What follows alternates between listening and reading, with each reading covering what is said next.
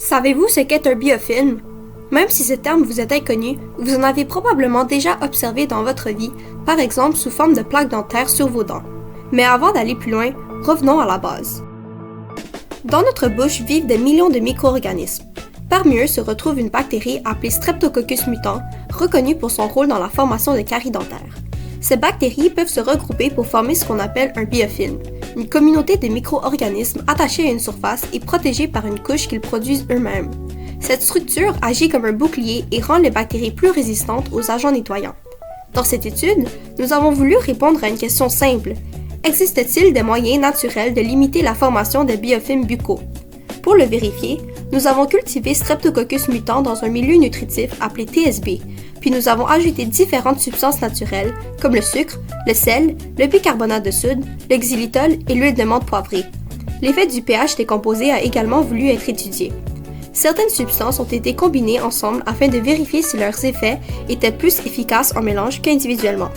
2 plaques multipuis ont ensuite été incubées pendant 48 heures à 37 degrés Celsius.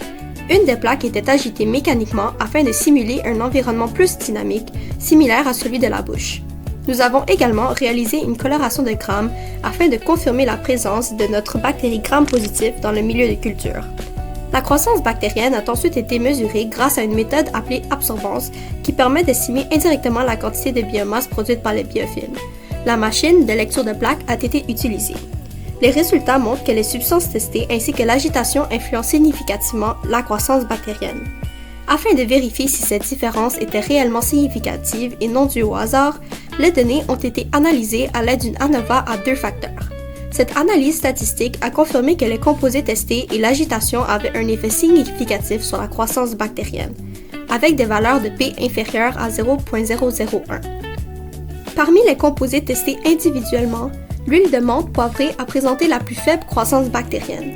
Cependant, le résultat le plus intéressant provient d'un mélange composé de bicarbonate de soude, de xylitol et d'huile de menthe, appelé mélange Z. Ce mélange a démontré l'effet inhibiteur le plus important sur la formation des biofilms. À l'inverse, aucun lien clair n'a été observé entre le pH et la croissance bactérienne. En conclusion, cette étude suggère que certaines combinaisons de substances naturelles pourraient contribuer à limiter la formation de biofilms buccaux et pourraient éventuellement inspirer des alternatives naturelles aux produits d'hygiène bucco-dentaires commerciaux. De plus, cette étude confirme l'importance du brossage mécanique des dents, plus efficace à détruire les bactéries qu'un simple rince-bouche.